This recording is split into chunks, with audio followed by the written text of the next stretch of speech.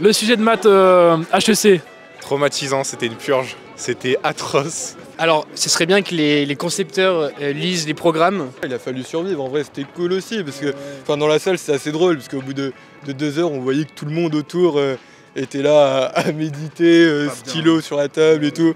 J'ai ouvert le sujet, j'ai cru que c'était une blague, en plus on rigolait avec les copains, on pensait pas que c'était la chaîne de Markov. Le sujet il était cata, il était vraiment dur.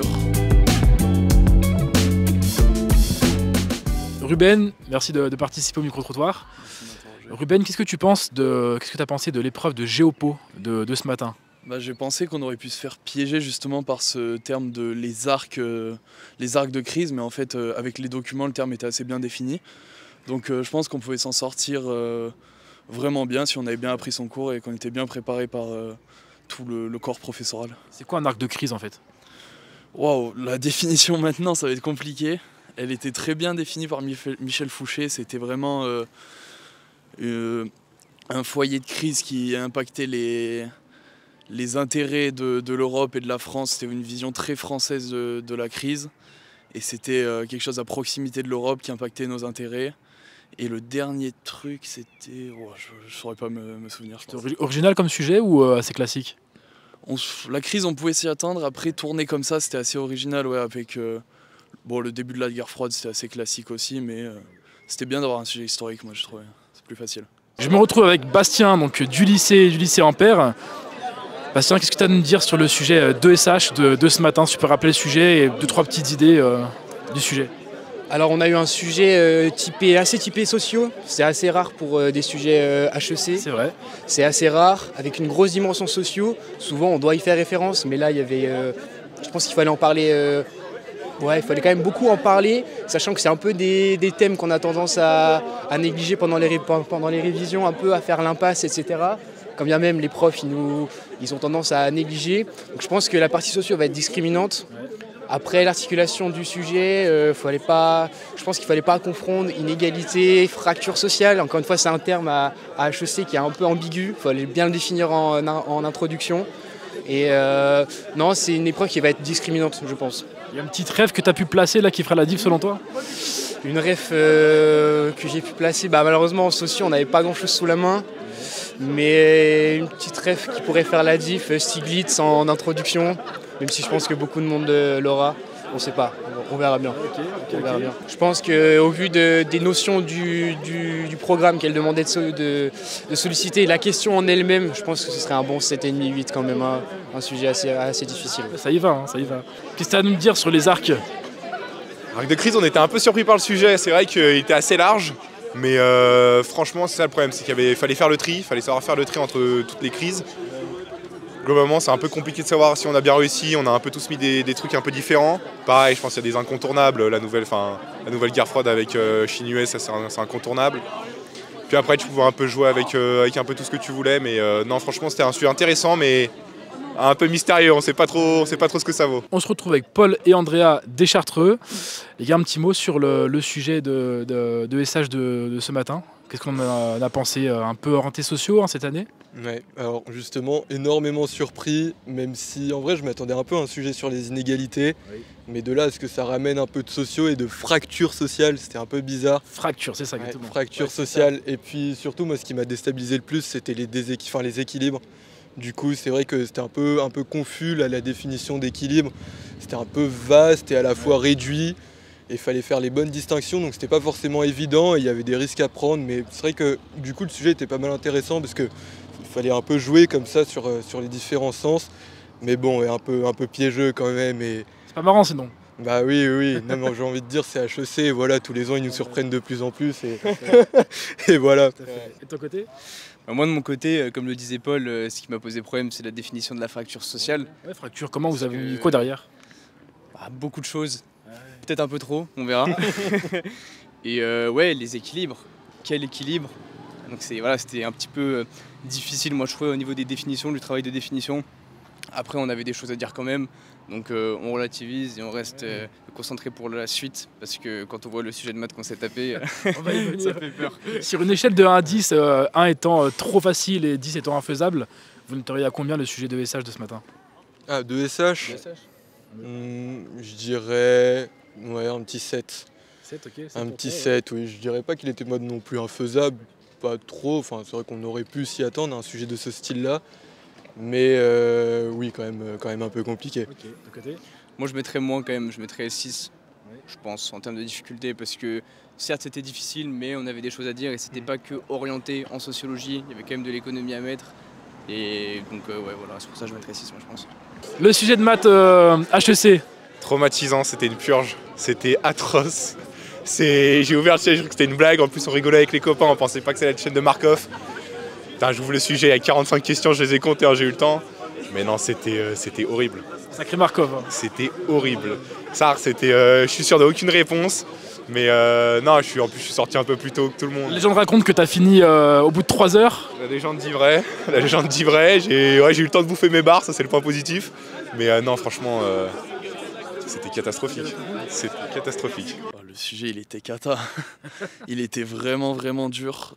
Pendant les 4 heures, j'ai pas vu où il essayait de m'emmener. J'ai essayé de gratter des points par-ci par-là, mais vraiment, je savais pas où aller. Du coup, ouais, c'est ça, j'ai gratté des points et on verra ce que ça donne, mais c'était vraiment pas facile. T'as réagi comment? Donc, tu ouvres le sujet, tu vois ce sujet-là, quelle était ta réaction?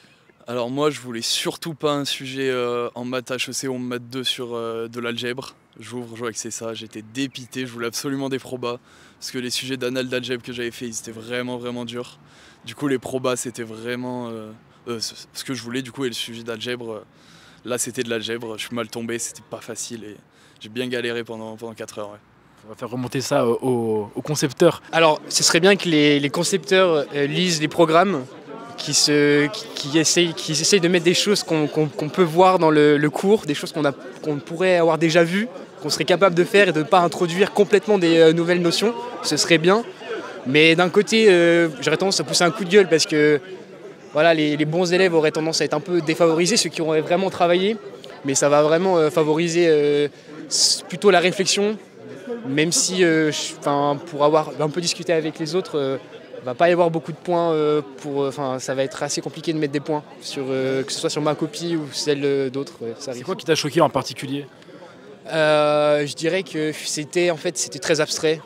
Là où nous, les maths appliquées, on a tendance à avoir des sujets... Des schémas un peu qui reviennent? Alors oui, on a des schémas qui reviennent, mais là on était vraiment... franchement, on avait une capacité fallait faire preuve d'une capacité d'abstraction énorme. On n'avait rien de concret. Le Python était juste imbuvable, dans le sens où on nous introduisait des nouvelles fonctions, etc. Donc on espère beaucoup de maths 2 demain. Et surtout que souvent maths 1 c'est plus typé analyse proba. Ouais. Là où c'était algèbre essentiellement. Donc, ça, tout le monde chargeait les probas et finalement il n'y avait pas beaucoup de probas. Ouais, exactement. Ou même pas du tout d'ailleurs. Pas du tout. Ouais. Bah, il y en avait, mais c'était histoire de décorer quoi. Ouais, c'était histoire de décorer. On se demande même s'ils n'ont pas échangé les sujets appli à pro au point où on en est. Ouais. Alors on ouvre la feuille, déjà moi je vois que c'est chaîne de Markov. Donc déjà petit chaîne de Markov, c'est pas forcément ce que je voulais le plus. Et puis de là, première question, bon ok, deuxième question ok, troisième question oula. Et puis oui, voilà, il y a eu du coup ce gros choc. Et puis non mais vraiment super dur cette annale-là, j'en ai parlé, cette annale. ce sujet-là, on en a parlé justement à la sortie, on était tous choqués, on a tous fait très peu du sujet. C'est vrai que j'ai pourtant fait pas mal d'annales et c'est franchement la plus dure que j'ai pu faire de toutes les annales top 3 que j'ai fait. Donc, ils sont chauffés cette année. Hein.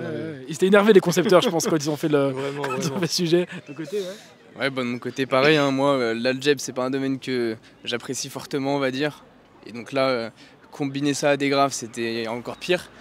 Donc c'était assez dur, il n'y avait pas beaucoup de points à gratter. Donc habituellement, on est habitué à chercher des petits points dans les parties, etc. Si jamais on voit que c'est assez dur. Et là, c'était vraiment très dur et peu de points à gratter. Donc je sais pas comment est-ce qu'ils vont faire au niveau d'annotation. Parce que franchement, nous on en a parlé avec... le 20 va être donné à très peu, je pense. Genre tu fais 3 questions, t'as 20, c'est bon. Espérons. Prions. Je sais pas comment on va faire sinon. Non mais ça arrive souvent. Donc là pareil, à vous noter l'épreuve de 1 à 10 concrètement, niveau de difficulté. Voilà, un bon 9, bon 9-10. Ouais. 9,5, 10, ouais. Ouais. Ouais, en vrai. Ouais. Non, C'est le jeu, hein, c'est le jeu. Ouais, c'est le jeu. Non, mais du coup, c'est ça, il a fallu survivre. En vrai, c'était cool aussi, parce que dans la salle, c'est assez drôle, parce qu'au bout de 2 heures, on voyait que tout le monde autour était là à méditer, stylo sur la table et tout. Donc voilà, fallait juste essayer de survivre et pour voilà, essayer de continuer à faire une petite partie du sujet pour gratter quelques points. Ouais. Quelques places. Ouais, exactement. Entre Ecricom et BCE, là, concrètement, en termes de difficulté des sujets, comment tu comparerais? Bah, c'est pas la même difficulté, disons qu'en termes, en tout cas pour les maths, les sujets Ecricom ont tendance à être durs, mais à faire preuve à... Ils font appel à des notions du cours. Ouais. Ils font appel à des notions du cours et ils vous font réfléchir en fonction de ce qu'on a dans notre, dans notre besace en fait. Sauf que là, on avait beau arriver avec toutes les formules du cours, ça nous a servi à rien. Le sujet maths 1, c'était du tout... Enfin, Il n'y a plus les mots. non, mais c'était juste... Et pourtant, genre, je suis pas mauvais. Enfin, et là, bon, bah, tant pis. Là, si tu veux comparer Ecricom et la BCE, là déjà ça fait déjà 2 jours de BCE, comment tu dirais, qu'est-ce que tu trouves le plus simple, le plus dur entre les 2 banques pour le moment? Bah, je pense que Ecricom, j'y suis allé avec vachement plus de stress que ce que j'ai maintenant. Là, je prends les épreuves comme elles viennent et au final, on y est habitué. On prend ça comme ça vient, les unes après les autres. Et voilà, mais au niveau de la difficulté des épreuves, les maths Ecricom étaient vachement plus durs que les maths EM en termes de comparaison. Et sinon, ouais, dans l'ensemble, c'est à peu près la même chose. Les sujets étaient assez originaux et on se rend compte que les sujets sont finalement cette année très typés aux alentours de social, aux alentours des inégalités, des rapports sociaux, etc. Donc c'est assez intéressant. Et puis c'est souvent des chapitres, comme je l'ai dit, qu'on a tendance à faire en fin d'année et à moins réviser, mais c'est des sujets qui sont très intéressants, où il y a beaucoup de choses à dire. Donc au-delà de la difficulté, c'est des sujets qui sont assez stimulants. Vous avez des écoles en tête là, qui vous plairaient en particulier? Alors HEC, avec cette journée, je pense que c'est un peu compromis. On sait jamais, on ne sait jamais. Non, mais on va miser sur déjà le sujet de maths de demain, et puis le sujet d'éco de l'ESCP. Ouais, on espère que ça sera un peu plus favorable, et puis on verra bien. De ton côté? Bah, de mon côté, moi, une école que j'aimerais avoir, c'est l'ESCP. Donc pour le moment, elle n'est pas encore trop jouée. Ce sera plutôt demain et la semaine prochaine aussi. Mais bon, après, le top 3 c'est très bien, le top 5 aussi, il y a que des bonnes écoles. Donc ouais, un top 5 ce serait bien. Elle a la cote le SCP, hein, je vois, hein, parce qu'en fait c'est un peu la parisienne accessible, genre tu vois la parisienne que bon tu peux viser assez facilement et après advienne que pourra, on verra. Moi j'adorerais être à l'EM, ouais. Après sur un coup de chance, je peux peut-être espérer une parisienne, mais ouais, il faudrait un coup de chance. Donc l'EM ou Schema, ça me plairait beaucoup déjà. On part sur le top 5 en tête. Et puis de toute façon, c'est pas encore fini. On a encore ESCP, Schema lundi et les maths EDEC, grosse épreuve. Grosse épreuve qui arrive. Hein. Ah, grosse épreuve, ouais, bien sûr. Et est-ce que vous avez une anecdote sur les concours depuis le départ entre Ecricom ou la BCE, un truc original ou marrant qui a pu vous arriver depuis le départ à mentionner, un truc un peu original? Non, notre surveillante, juste le premier jour, elle commence à parler, à faire un speech alors qu'il reste 20 minutes d'épreuve qu'on est tous en train de composer. Pendant la philosophie, on est tous en train de composer. On nous demandait d'écouter attentivement alors qu'il restait 10 minutes. Ouais, ça, il restait 10 minutes, on était tous en rush pour finir notre conclu. Il n'y avait pas ça à faire quoi. C'est ça. Il n'y avait pas ça à faire et elle nous parle, elle commence à nous dire oui, il y a un réfectoire au lycée, etc. Enfin, micro. Pendant l'épreuve, genre. Ouais, pendant l'épreuve. Non, franchement, pas grand chose si pendant les 5 jours, moi j'étais vraiment à bout, donc j'ai fait l'erreur de taper une énorme sieste 2 jours avant le retour de BCE, donc j'ai un peu galéré à dormir. Donc là c'est pour ça que je suis un peu crevé aussi, mais non sinon, non, juste on attend la fin. Bah moi j'ai pas eu de chance parce que je suis dans le lycée à Lyon, du coup ici à Saint-Just, et pourtant j'ai dû passer mes concours à Grenoble. Voilà, c'est la malchance que j'ai eue, donc j'étais pas à domicile pour les concours Ecricom, donc c'est vrai que c'est plus compliqué quand on connaît pas les lieux, on découvre un nouveau lycée, une nouvelle ville, et ouais c'était cool, j'étais à 2 pas, j'avais un pote avec qui mangeait le midi, et voilà, c'était cool. Petite pensée pour les préparationnaires de Champollion qui accueillent les Lyonnais, c'est bien sympa.